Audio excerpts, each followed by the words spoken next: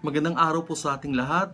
Ang ating pong pagbasa at maikling pagninilay sa araw na ito ay matatagpuan po natin sa Colossians chapter 1 verse 16. For by Him all things were created in heaven and on earth, visible and invisible, whether thrones or dominions or rulers or authorities, all things were created through Him and for Him.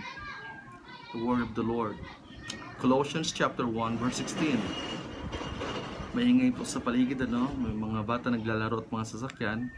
Pero harinawa, marinig niyo ako sa aking maikling pagpapaliwanag ng talatang ito.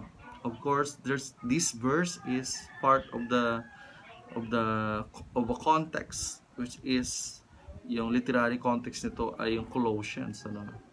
At sabi nga ng dalawang New Testament scholars na si Brian Walsh and Sylvia Kismat, yung Colossians daw po yung background nito.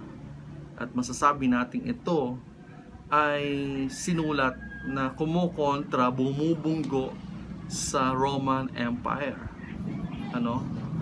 At ito ay potent tool para i-subvert ang empire.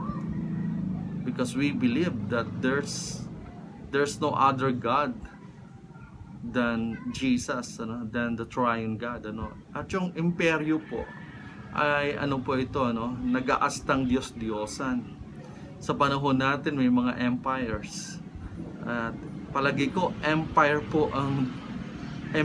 po o mga tao sa loob ng empire, yung mga invisible hands ng mga yan, sila din siguro yung nagsasabi nating lumikha ng pandemya.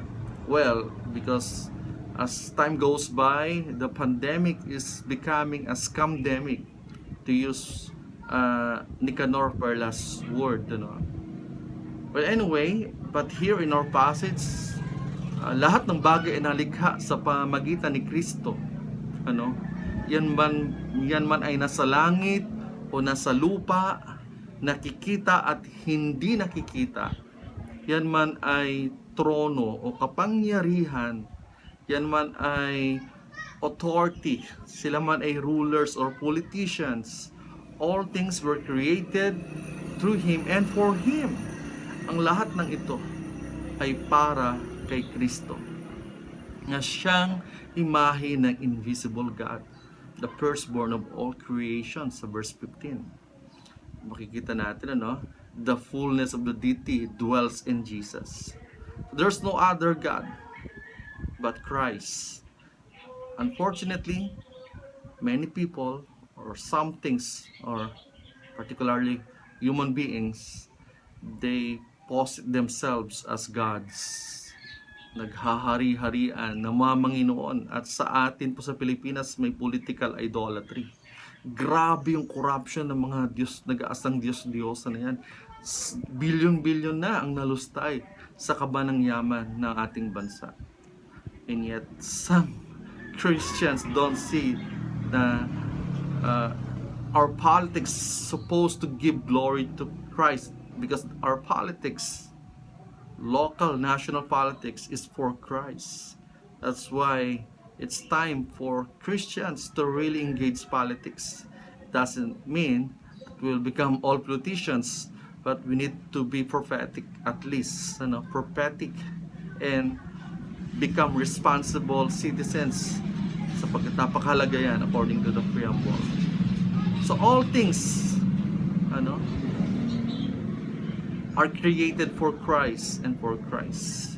And this also reminds me of what Abraham Kuyper had said in his Stone lecture sa Princeton University, yung kanyang lectures on Calvinism. Nabanggit ni Kuyper na there is not a square inch in the whole domain of our human existence over which Christ, who is sovereign over all, does not cry mine. So walang square inch sa buhay ng tao na hindi natin masasabi na hindi pagmamay-ari ng Diyos. In fact, Sabi ni Christ, akin yan, that's mine. So, we're running out of time for our short reading and devotion, but we really need to uh, remember and to internalize this very important passage from Colossians, Colossians chapter 1 verse 16, And let me read for the last time, For by him all things were created in heaven and on earth, visible and invisible, whether thrones or dominions or rulers or authorities, all things were created through him and for him. Kaya po ang ating buhay, lahat sa atin, pamilya, ekonomiya, politika, ating pera ay para sa Panginoon. Patuloy natin itong pagnilay-nilay. Napakagandang salita ng Diyos sa atin sa araw na ito. God bless po sa ating lahat. Ako po ang iyong kaibigang pastor, Pastor Jack Alvarez, dito po sa Comunidad kay Cristo, sa Payatas, at gayon din sa Nueva Ecija. Sumatin po ang pagpapala ng Diyos. God bless po.